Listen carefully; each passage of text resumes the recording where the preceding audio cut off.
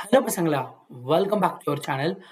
பசங்களா, நம்மள நெறைய பேர் என்ன அப்டின்னா, இந்த கவுன்சிலிங் டேட் எக்ஸ்டெண்ட் பண்ணா எப்டி இருக்கும்? இந்த கவுன்சிலிங் டேட் எக்ஸ்டெண்ட் பண்ணா நல்லா இருக்குமே! அப்டின்னு நெறைய பேர் ஃபீல் பண்ணிட்டே இருந்திருப்போம்.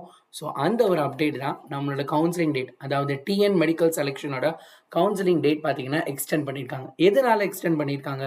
ஸோ, இங்க நீங்க பார்த்தீங்கனாலே தெரியும் எம்சிசி. அதாவது நம்மளோட எம்சிசில பார்த்தீங்க அப்டின்னா, ஆல் இண்டியா கவுன்சிலிங் எக்ஸ்டெண்ட் பண்ணியிருக்காங்க. So, all India quota extend பண்ணனால, தமிழ்நாடுலயும் என்ன அப்டின்னா, எக்ஸ்டெண்ட் பண்ணியிருக்காங்க.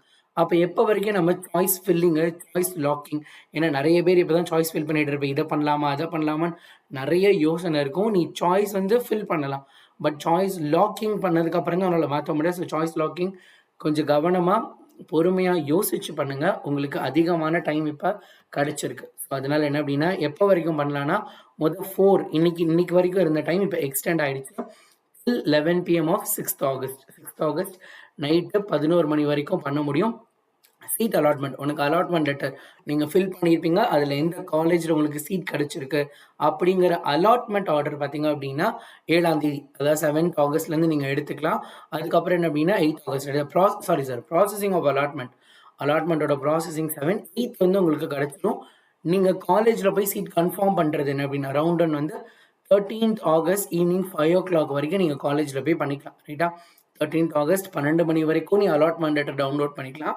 காலேஜ் போய் விசிட் பண்ணி நீ பார்க்குறது அட்மிஷன் எடுக்கிறதுனா நம்ம இது ரிலேட்டடாக தான் ஒரு வீடியோ கூட போட்டிருந்தோம். என்ன அப்படின்னா நிறைய ஸ்டூடெண்ட் வந்து ரீஅலாட்மெண்ட் அதாவது மேபி உனக்கு ரவுண்ட் ஒன்ல நீங்கள் ஒரு காலேஜ் எதிர்பார்த்துருப்பீங்க. ஒரு டாப் 15 காலேஜஸ் நீ வந்து செலெக்ஷன் பண்ணியிருக்க.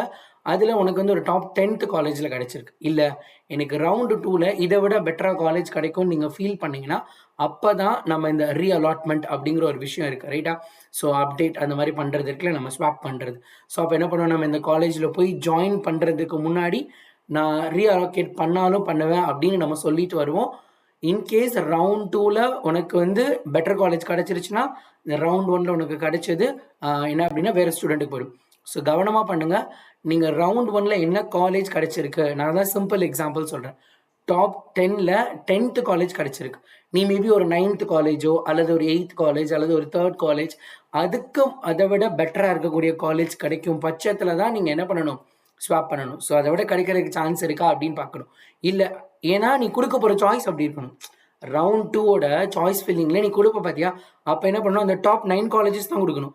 திருப்பி 36 காலேஜும் சூஸ் பண்ணிடக்கூடாது. அதுதான் நிறைய ஸ்டூடெண்ட் பண்ணுற தப்பு.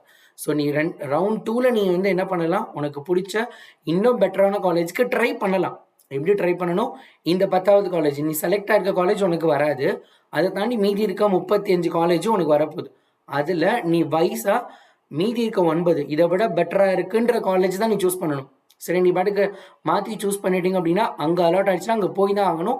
ஏன்னா இந்த சீட் வேற ஒரு ஸ்டூடெண்ட்டுக்கு அலாட் ஆகிடும். ஸோ அதில் கொஞ்சம் கவனமாக இருங்க, மிஸ் பண்ணிடாதீங்க, மறந்துடாதீங்க. ஸோ எக்ஸ்டெண்ட் பண்ணியிருக்கிறது நம்ம யோசிக்கிறதுக்காக தான்.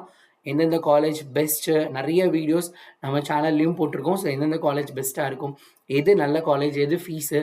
ஏன்னா இப்போ அடுத்த நியூஸ் பார்த்தீங்க அப்படின்னா செல்ஃப் ஃபைனான்சிங்கோட ஃபீஸ் லிஸ்ட்டு தான். மெஸ் ஃபீஸ் எல்லாம் அப்படியே தலை வெடிக்கிற மாதிரி இருக்குது. ஸோ நம்ம யோசிச்சு தான் பண்ண வேண்டியது இருக்குது. ஸோ கவனமாக உங்களோட சாய்ஸ் இது எல்லாத்தையுமே யோசிச்சு பண்ணுங்கள் பசங்களா.